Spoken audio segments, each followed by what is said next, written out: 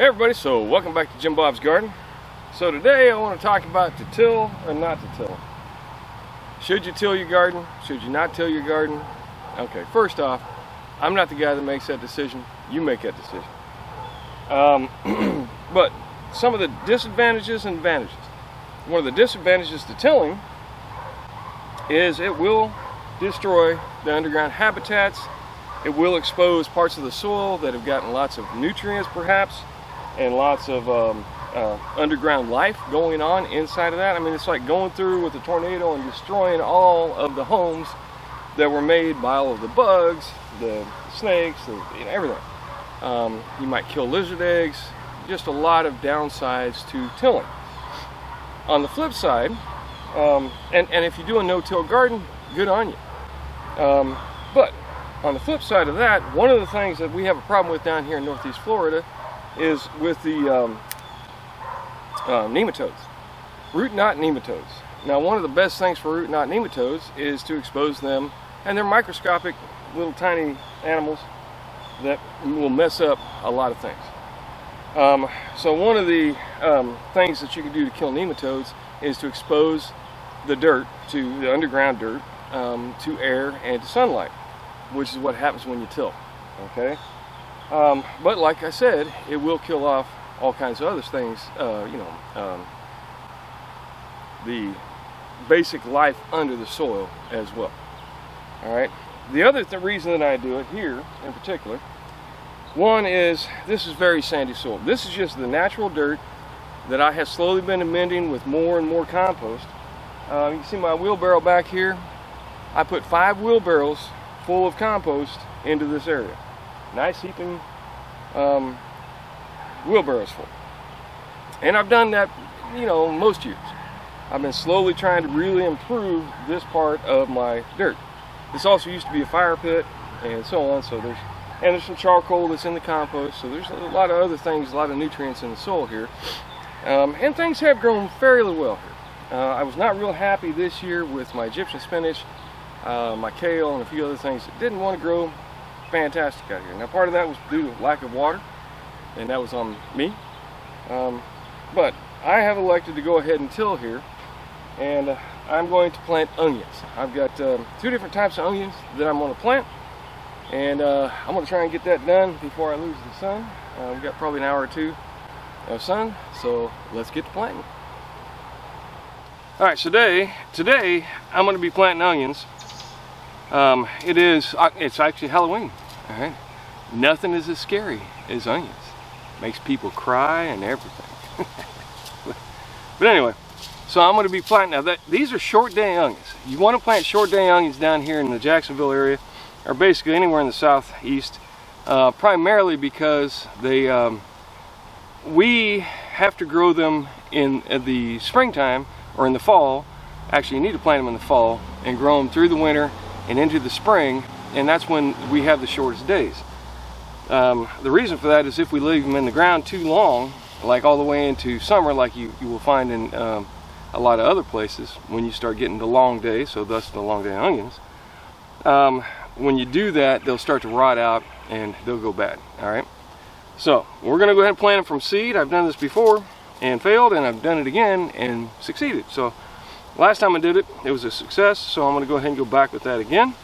I've got 2 different kinds. I've got the Violeta de Gama onions, and I have the Texas Early Grano onions. Both of them are short day, and it says it sprouts in 7 to 14 days. Ideal temperature 45 to 80.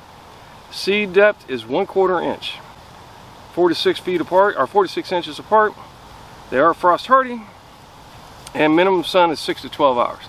Now, it's been my experience as well that you want to have plenty of sun for your onions so they can grow big and strong.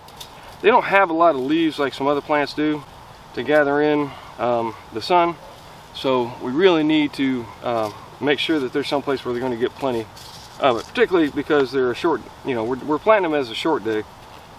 All right, so, and then a 1/4 inch depth is just barely scratching the surface. We don't need to go real deep on them, so we're just going to run our hand along the string like so.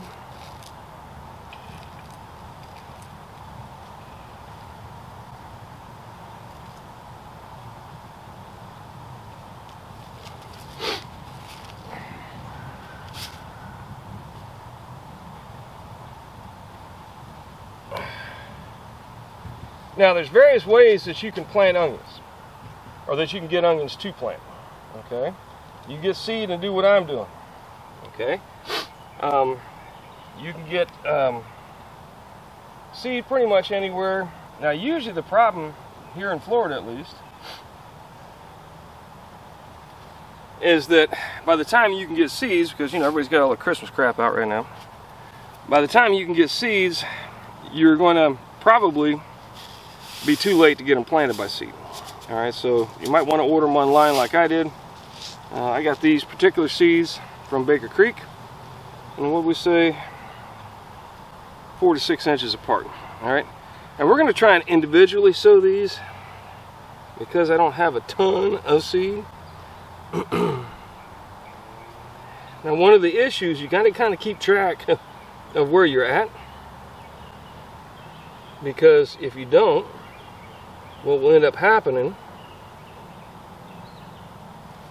is you might lose it. And with these black seeds being as dark as they are, it can be very difficult to determine where you were at. You can take your finger and do a little cross like I just did, so you can kind of see where you planted the last one. And you know, once again, I mean, if you accidentally plant 2 seeds or drop 2 seeds, you should be fine.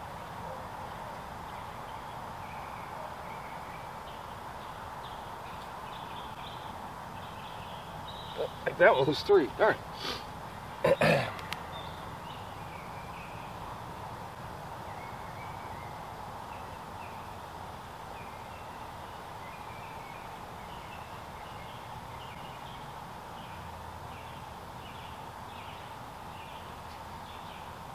Alright, but one of the beauties of onions is that you can actually harvest them when they're very small and have what you call spring onions, which is very nice. Oh, dropped an onion seed. You can go ahead and pull them out of the ground early, and you'll get like little sliver onions. You can eat the greens, you can eat the immature onions very easily. All right, delicious, great in soups or just to cut up and put in your salads. They're not nearly as strong as a full-grown onion. So what I'll do is I'll come through here and I'll split them out to where they're 6 inches apart, for the most part.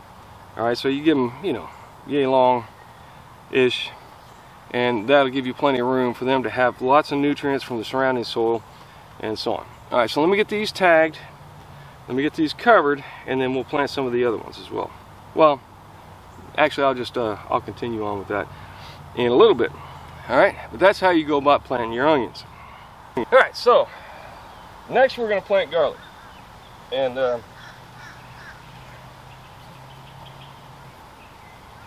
like I said, you know, the question is, do you want to till your soil or not? That is a good question, and it's up to you. But one of the other reasons that I till it is it loosens up the soil. So now I've got this nice, fluffy, very loamy soil, and when it comes to root crops, you want to make sure that you don't have really truly compacted soil, because then it's going to be fighting to create those roots. At least that's my theory. Alright, so now when it comes to planting garlic, I've got 2 types. I bought some at the store, just regular old garlic, a nice big package, and I've done this before and I have been successful at it. I've done it other times and not been so successful. But we're going to try it once again, mostly because it's way cheaper. Now I also believe these are hard neck, I'm not really sure, and soft neck garlic is typically what you want to grow down here in the south. So I have 2 varieties. I have this one and then one I bought at the store. I'm not going to plant the other varieties yet, and the big reason is because I've had these in the fridge for about a month now. The other ones I put in the 19th. Today is actually Halloween. Happy Halloween. And I know it's not a scary video, but you know, to some people, spices, garlic, onions, chives, all of that are very, very scary. There you go. There's my Halloween theme. All right. But how we're going to do this, first off, you get your clove, or I'm sorry, you get your bulb. All right, so I have a bulb of garlic here. All right, just a regular average bulb, and you're just going to pop them off like so. All right, pop them off like so, and each individual one you want to keep the paper on. Now, you know, you got the outside paper for the bulb. That can all come off. The root can come off. All right, get rid of all that. But you want to leave the paper on the bulb, and you want to leave the bottom on it. You don't cut it, you don't mess with it, you just stick it in the ground like that. All right, so we're going to take these and we're going to stick them in the ground. You want to get them in about 2 inches. Now, you know, 2 to 3 inches. My finger is about 3 inches long. So I'm going to stick my finger most of the way in, drop these in, and move on. All right, let me show you. And that is another advantage of having nice loose soil, is that it's a lot easier to do things like stick your finger in the soil. All right, leave a little space here for me to walk. We're going to get them about 6 inches apart. Push my finger in, push the clove in. All right, about 6 inches apart. Stick the finger in, stick the clove in. And just keep on cruising down the line just like so. All right, planting garlic is actually pretty simple. Now, you do want to make sure that the flat side goes down and the pointy side goes up. Otherwise, your garlic is going to try and grow upside down, and that is usually not real good. Now, I've done this before, like I said, and had pretty good success with it. Another way that you can deal with your garlic, or if you want to, you know, if you're buying garlic seed, which is just the cloves of the garlic, is you can stick them in some water, and I've had them actually grow up from the bulb that I put in the soil, or in the water. Sorry, I'm trying to do 2 things at once here. Multitasking. And they'll actually start growing from that. All right, which is pretty cool. And I was successful, but now other times I've had them rot. So, I mean, I don't know which is the most successful. We're gonna do it this way this time. I did stick them in the fridge, and that's what's called vernalizing. Basically, trying to convince the garlic that it's been through a winter time. Now, I have done it without doing that before and had reasonable success. Not fantastic, but definitely reasonable. So it's kind of up to you. I got the other ones. I've got one of the bulbs in the water, and I gotta be honest. It's kind of smelling like it's starting to rot. So I don't know if it's going to work out or not. And that is the problem. Like, I had a neighbor that tried it, and he had the same issue, where basically everything rotted.